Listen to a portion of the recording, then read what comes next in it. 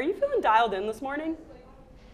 Kat, it's me. I'm always dialed in, and it's my duty to make sure you all are just as fired up.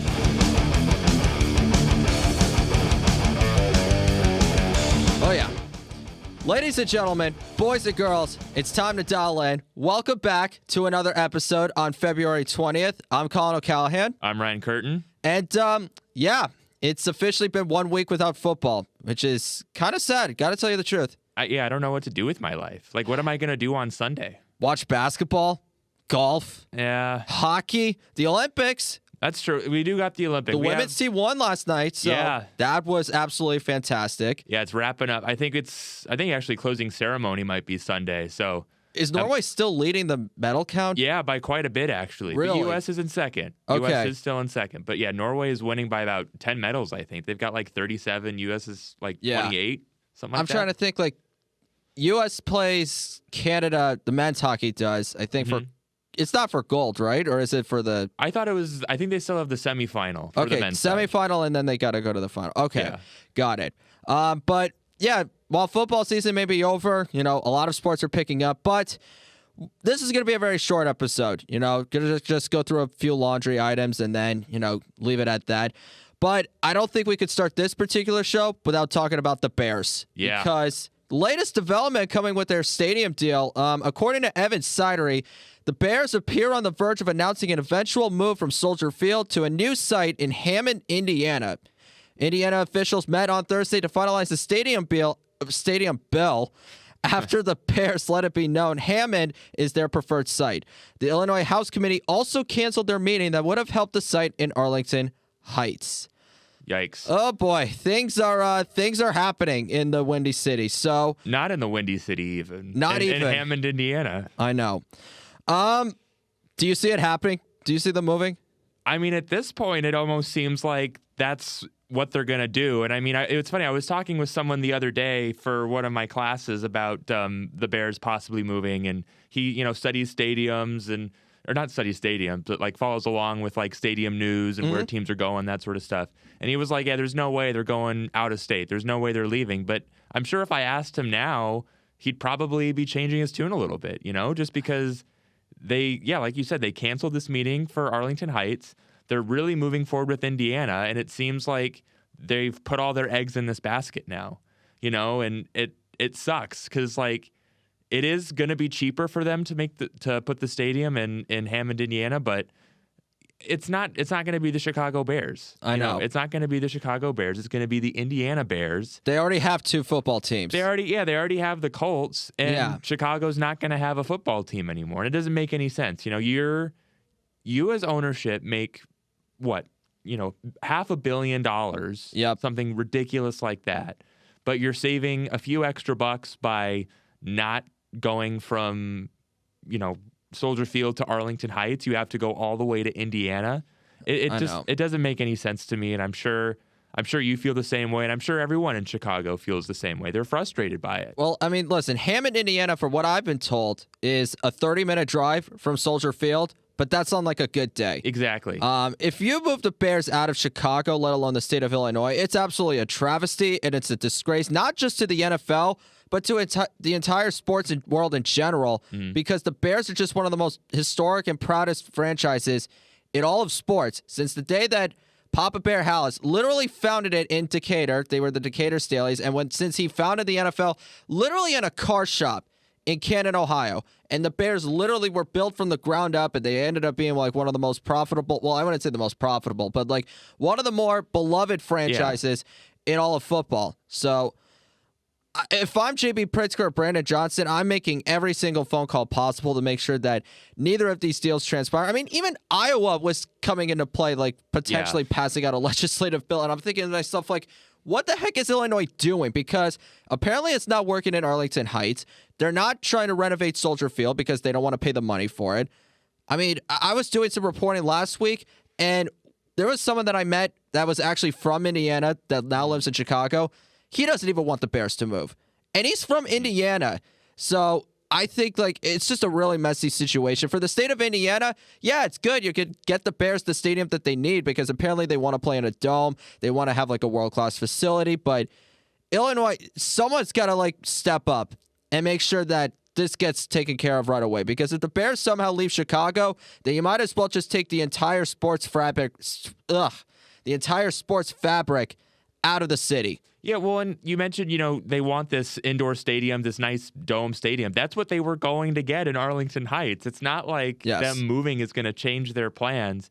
It is crazy. Like you mentioned earlier, too, that they've been in Chicago for 100 years. They've been in the same two stadiums for 100 years. Yeah, and apparently Kevin Warren, the CEO, wasn't even in attendance at one of the bargaining meetings. Oh, wow. So if your CEO or team president isn't even like in the room and the Illinois, House committee is like canceling the meeting that would, at least build more traction to keeping the Bears in Chicago, it's like, what are you prioritizing at this point? I get it. It's a busy city and there are a lot of things that you got to address and take care of, but this has definitely got to be one of those things where you can't afford to lose them. Yeah, I feel like you're right. I mean, it's obviously there's a lot going on in the city of Chicago generally, but it seems like J.B. Pritzker and Brandon Johnson just sort of like not gave up per se, but like I saw something the other day that was saying J.B.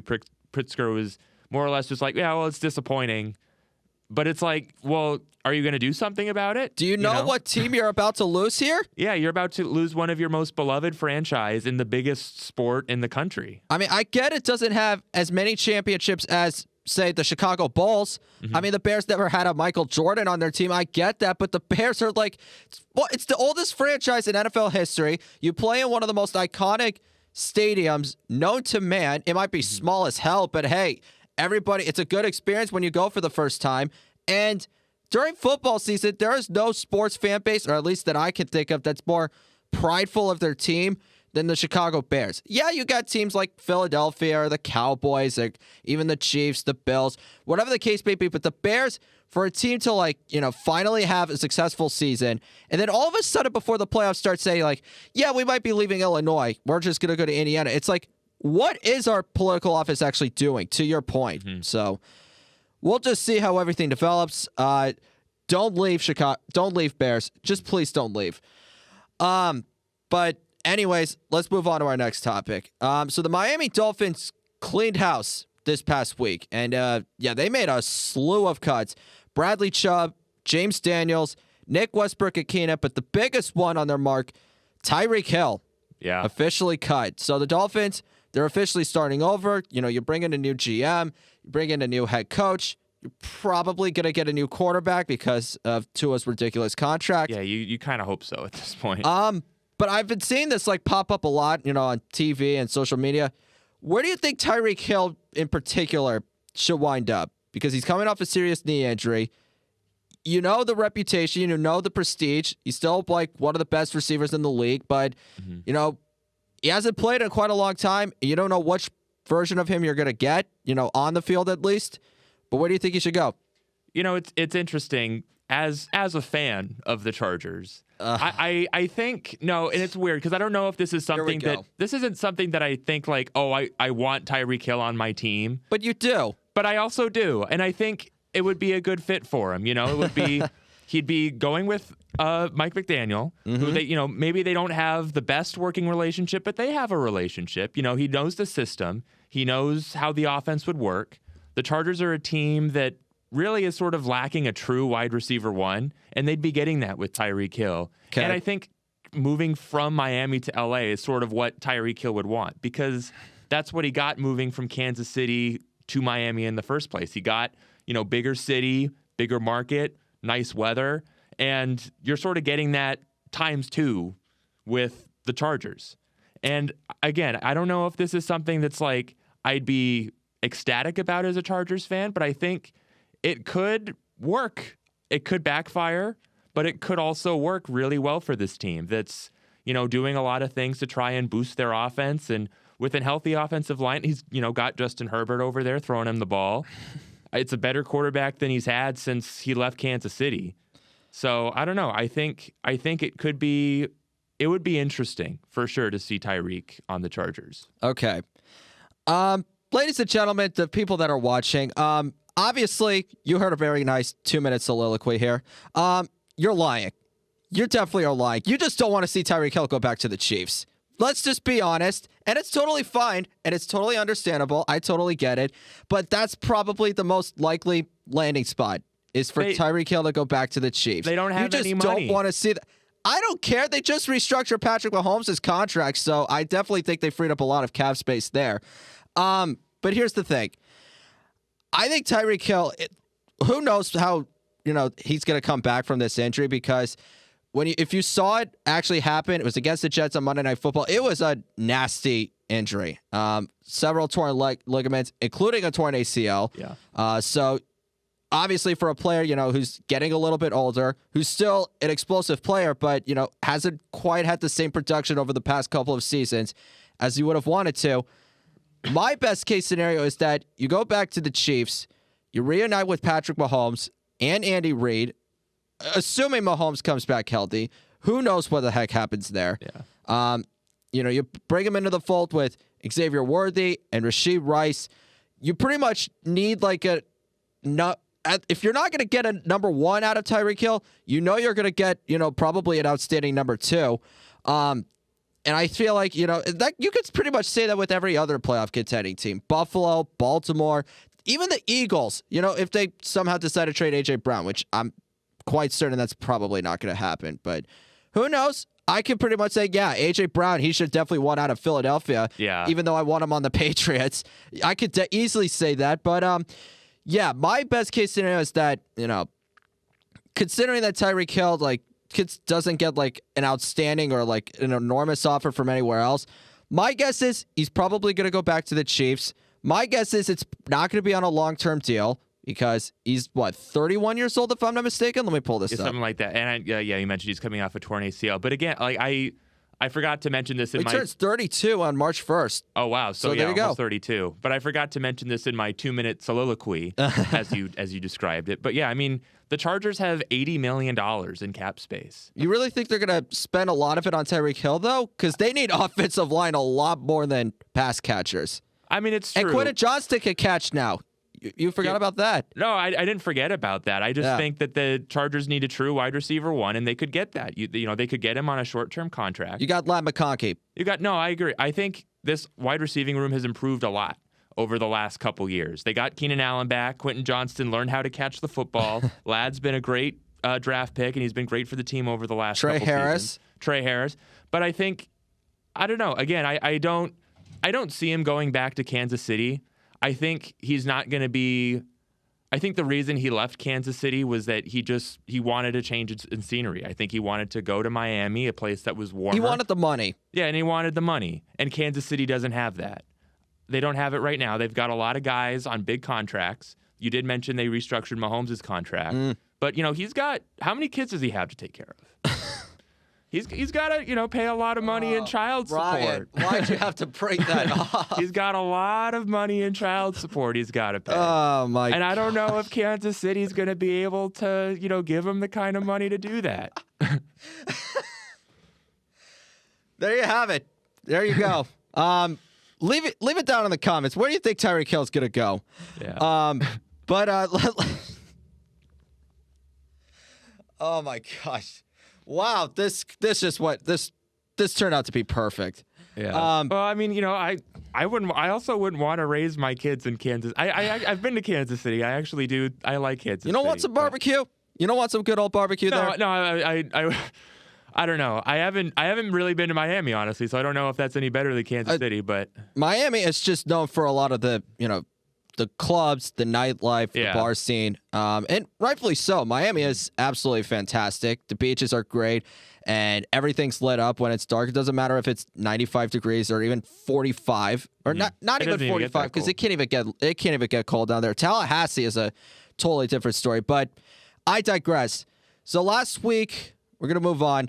Last week, the NFLPA, the Players Association, they announced that they will not be issuing report cards this year. And what I mean by that is, over the last couple of years, the Players Association, they came out with an entire website, grading pretty much every organization on how they run their operations, how their strength staff is, the nutrition staff, how the locker rooms are, how the team travel is, even team ownership, how they invest in their facilities and how much they actually care about the team and the programs that they're trying to run. And some owners have, been, very critical of it. Woody Johnson of the Jets specifically, which I wonder why. Exactly. To everybody's surprise, one of the owners, the owner of one of the worst franchises in NFL history, has a problem with his players calling him out for his BS. I think we know what that stands for. But I wanted to bring this up because I figured, you know what? I think it's a good excuse to save 5 to 10 minutes, however long it's going to be, to just crap on some of the worst organizations in football right now. But which team would you give the lowest grade if you had to guess?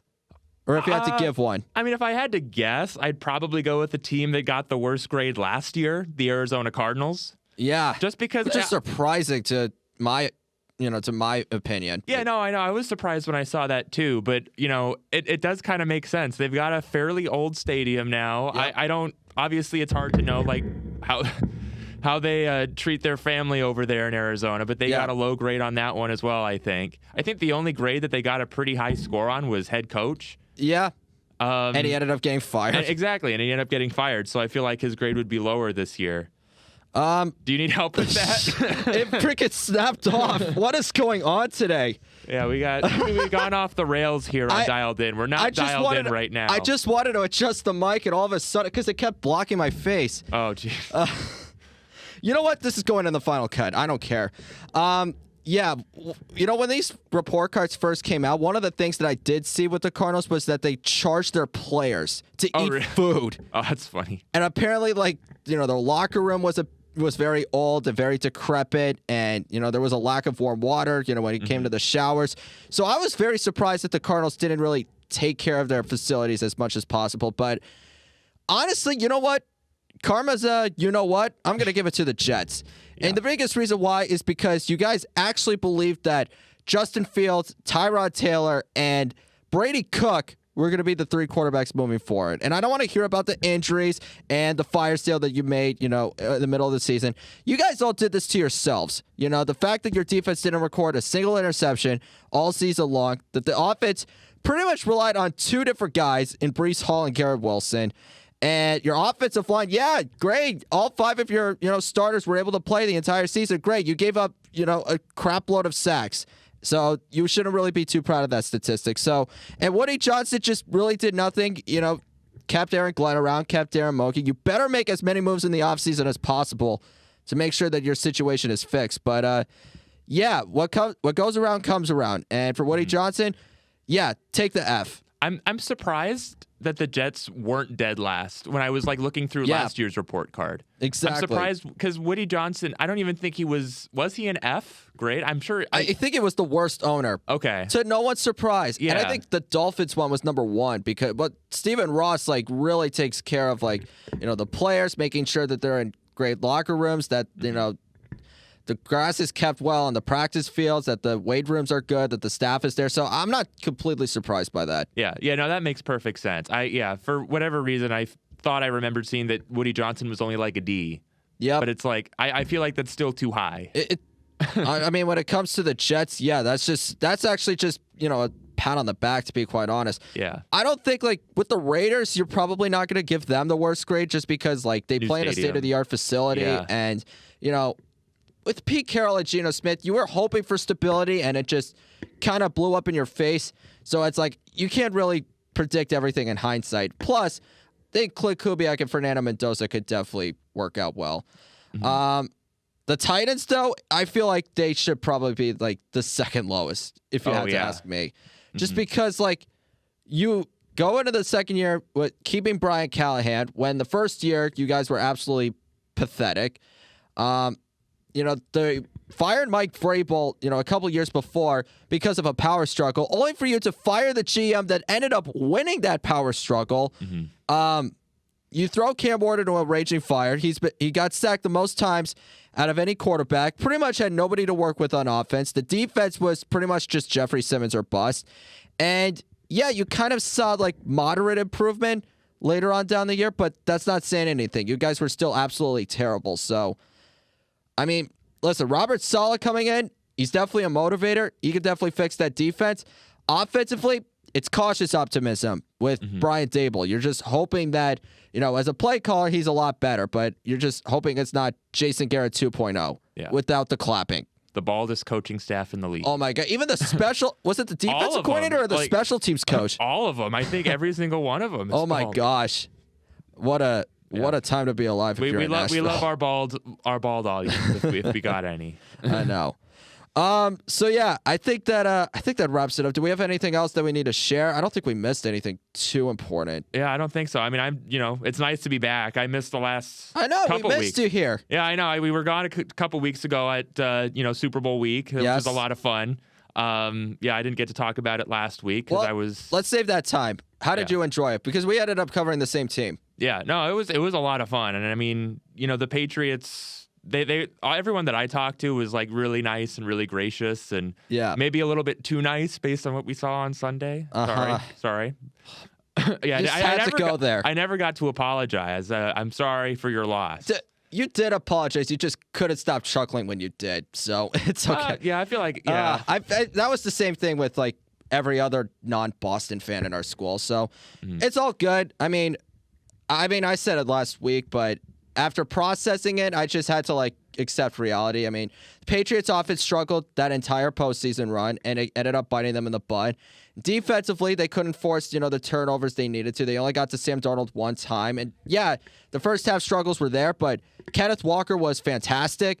And in the second half, Sam Darnold played a lot better. After going 9 for 22 the first 30 minutes, went 10 of 16. And just like he did against the 49ers, he just didn't make any mistakes, and he made enough plays to win. And Drake May, 3 turnovers, 6 sacks, that's going to get you beat on this stage. So, I mean, credit to the Seahawks. I don't have any ill will or hatred towards them. I mean, they were just the better team from start to finish, but yeah, it still sucked. Not going to lie. No, absolutely, yeah. The Seahawks really surprised me. I thought it would be a good game, but, they found a way to really mess with that Patriots offense, the offensive line and Drake May, and there wasn't really anything they could do about it. I know how it feels to have a quarterback who can't do anything around that offensive line, and it doesn't help when you've got such a great defense on the other side. So congrats to the Seahawks. Exactly. All right, I think that wraps it up. Same thing for this thing. Yeah, it's the mic's been wrapped up. I think there's a magnet that attaches to this table, but when I was trying to adjust this, apparently it fell off. So yeah. Still trying to get used to this. But thank you all so much for watching. Make sure you like and subscribe for additional content. Make sure you turn into Dialed In. Make sure you subscribe to the 303 Sports Network. And we'll see you next week with another episode. Yeah, Peace, everyone. Have a good one, everyone. Love y'all. All right. Click the record button while I fix this. Oh, click the record button? Yeah, just so we can... Oh, I thought you wanted to go. Oh.